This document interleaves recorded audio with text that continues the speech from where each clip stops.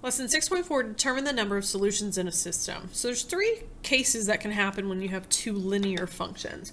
The first thing is what we've been seeing is we get one answer where the lines intersect. So it would be right there, some ordered pair. The other thing that could happen that we haven't seen is you get parallel lines. Parallel lines, the definition of them are that they never cross or meet. So of course they're going to have no solution. They don't have any point where they have or they meet or that they have in common. So there's no solution. And the abbreviation for that is a 0 with a slash through it, if you ever see that on something. And then the other thing that happens is you get actually a line and you graph another line on top of it, meaning they're the exact same lines. That means that every point on here they have in common. So you get infinite solutions, which is the infinity symbol. So our job is to figure out which one is which based on the algebra of our answer. And so we're trying to determine if they have no solution, infinitely, or exactly one. And so what we want to do here is our options are to graph. Nah, don't really want to graph. Substitution. Nah, I don't really see that being good substitution. I'm going to pick elimination. And for this one, I like the 5 and the 10. I can make this one, top one, turn into a 10 by multiplying the whole thing by 2. But I'm going to need to make it an opposite sign, so I'll make it -2. Distribute, I get 12x minus 10y equals 18. Bring down my other equation. My y's cancel. 12 minus 11 would be x. 18 minus 17 would be 1. That tells me that I got an x value.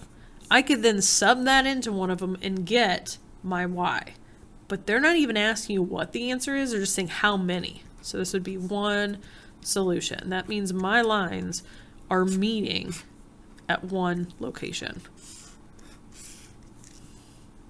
Right, number 2, you could do substitution. You could solve for x or y or one of these if you wanted to. I'm simply going to take my top one times 4. So that gets 4x plus 4y equals -12. All right, here's where something strange happens. My x's and my y's eliminate.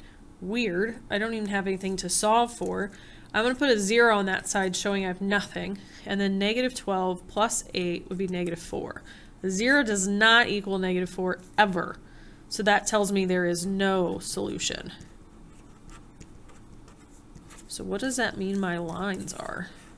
They don't have any point in common.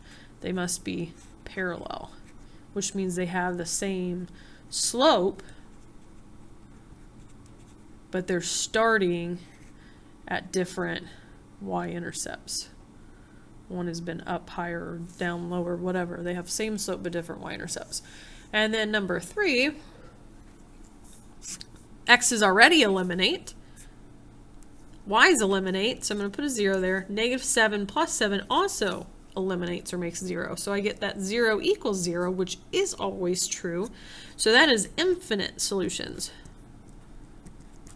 Or I should say infinitely many solutions.